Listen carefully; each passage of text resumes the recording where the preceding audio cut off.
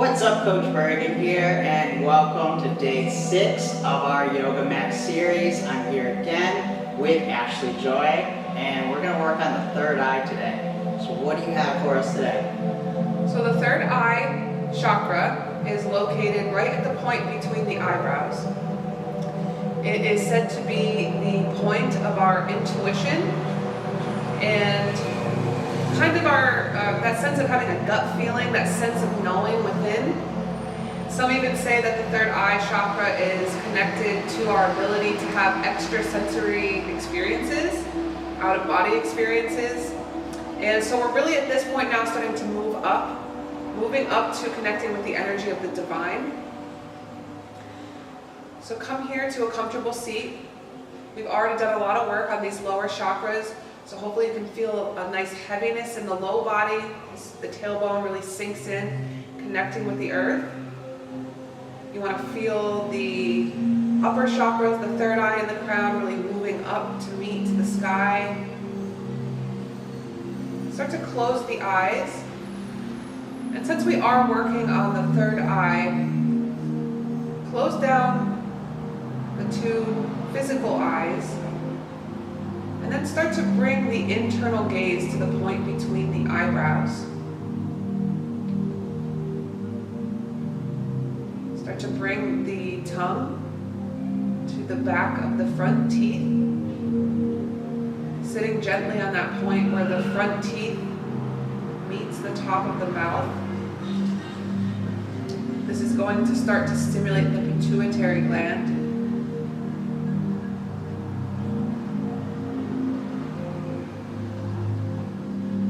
Hold this as you bring attention to the breath.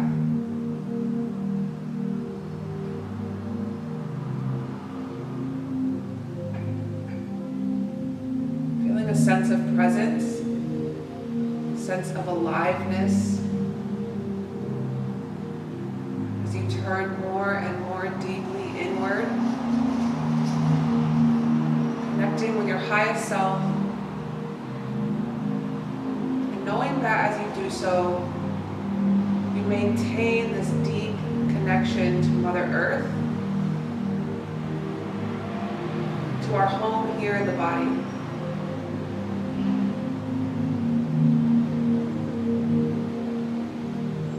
Breathing into the belly, the ribs and the chest, and exhaling through the chest, the ribs, and the belly.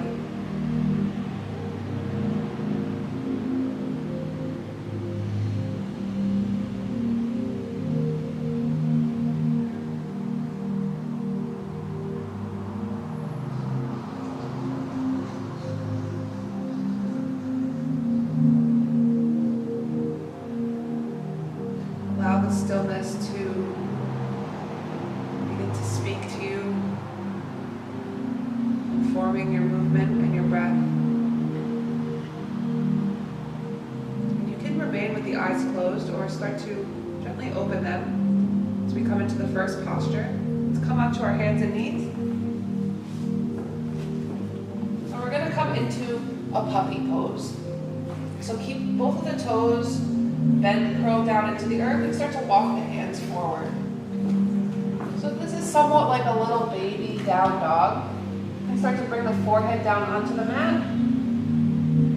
You can either keep the forearms up and activated, or you can release them down as well.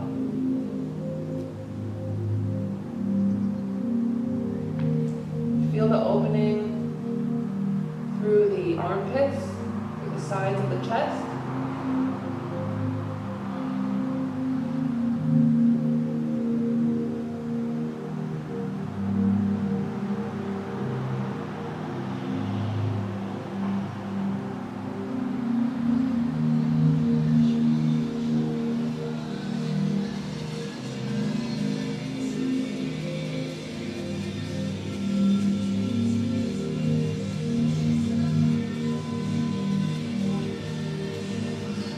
Start to release from this, coming back to all fours.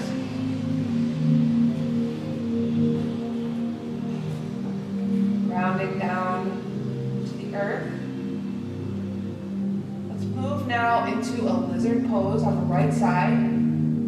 So you can release the left toes and start to walk the right foot forward. You can either step up or you can help with your hand if you want to just kind of bring the foot up. You want the foot on the outside of both of the hands. So hands will come inside. If you need some extra space, you can come up onto the fingertips.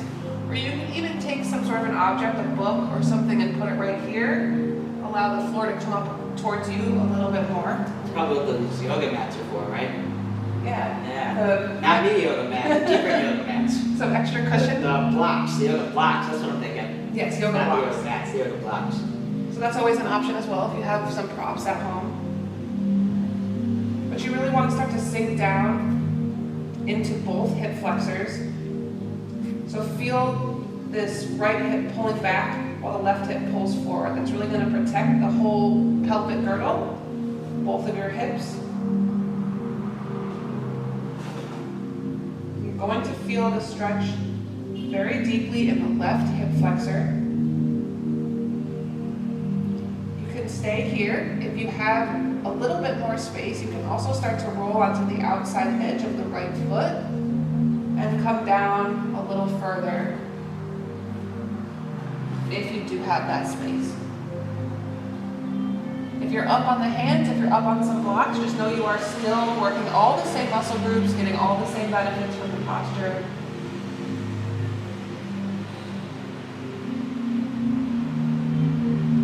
Know that our journey with these different postures is really never ending, and there is no end, there is no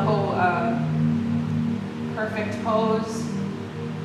And you don't want to force a stretch, so focus on what you can do instead of trying to do what you can't, and you will be able to do it one day. It will all get easier as we continuously go through this. But for now, find the modifications you can do. Alright, let's start to walk the hands back. And release the right legs. We're already done with that side. Take a moment to ground down. Maybe rock the hips side to side if you feel a little bit of tension in either side of the hips. And then we come onto the left side. So either step up or allow the hand to help bring your leg all the way up to the top of the mat. Left foot is on the outside, both hands come to the inside. So finding that comfortable depth for you, whether that be on the hands, maybe up onto the fingertips, or even up onto a block or a book. And just know that each side is very different. We use both sides of the body differently. And you may notice a lot more flexibility or tension in one side of the body than in the other. If you feel one side is tighter than the other, feel free to hold it on that side for a little bit longer, even if it's just 5-10 seconds longer. If you do 5-10 seconds longer every time, it's going to even out eventually. And then when it does even out, you can stop putting extra attention on one side. Thanks for finding balance. Yes, absolutely. It's all finding balance. And symmetry. This posture is a really great opportunity to close the eyes, bring that gaze to the point between the eyebrows, and really sink into the intuition. So allow the internal wisdom to guide you and to tell you exactly what you need out of this posture and out of this moment.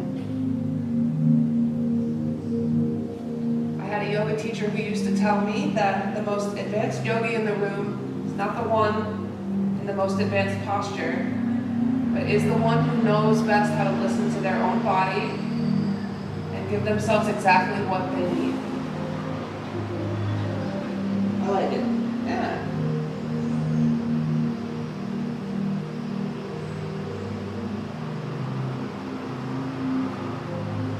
Start to release. Bring the hands back. Move the left leg back.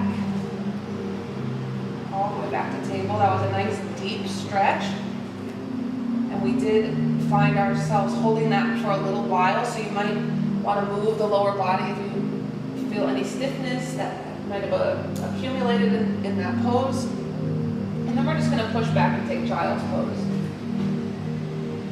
So we were just opening through the hip flexors. Now you feel some compression into that part of the body. So just balancing out, evening the body. Now stretching through the back side.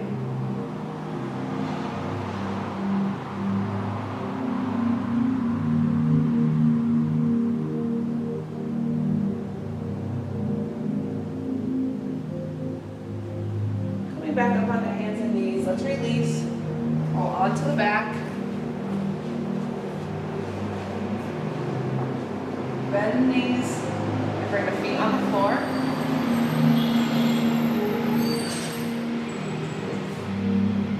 As you inhale, bring the knees up over the hips, so we're coming into a 90 degrees. And you can stay here, or if you'd like, exhale and extend the feet all the way up to the sky. Coming into a half cloud.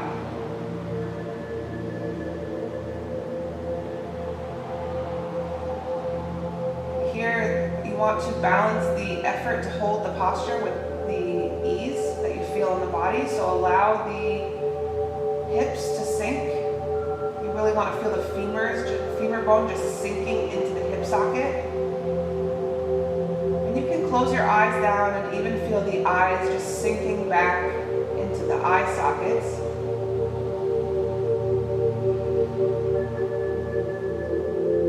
Inhale and exhale, release, bend the knees, bring the knees into the chest, giving yourself a hug.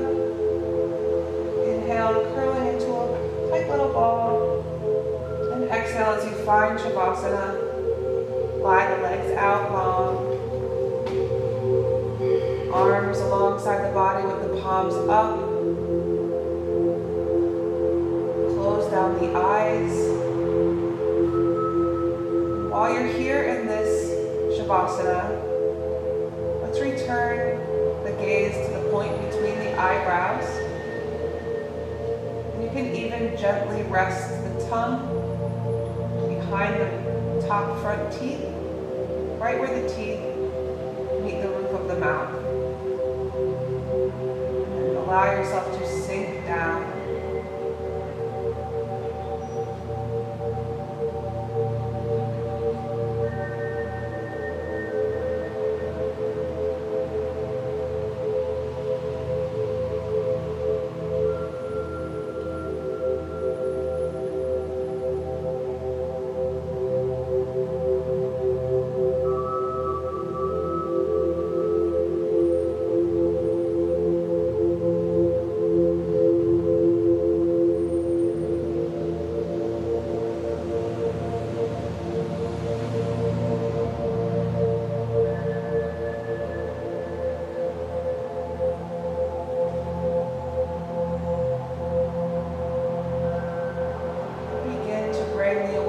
Back to your breath.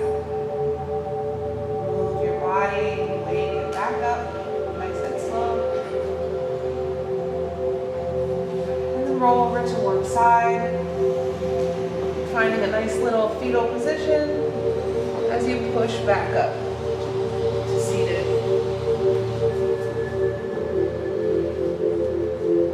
Coming back to the same position we started in. Hands find the lap. Down the eyes and bring the internal gaze to the point between the eyebrows. Coming to the third eye center, our point of intuition and of higher spiritual connection. Just know that I wish that for all of you.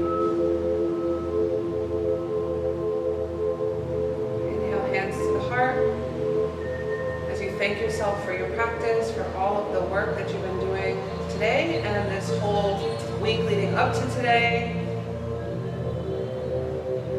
And exhale, bow the head down as we end with Namaste. Awesome. Thank you for joining us for day 6 after we go through 7 chakras, and that was the throat chakra we just did, correct? That was the third eye. That was the third eye. That was the third eye we just did. And so what is the next one and final chakra that we're doing? The final chakra is the crown chakra. The crown chakra. Awesome. So if you want that crown on your head, join us for day 7. Good job making it this far so far.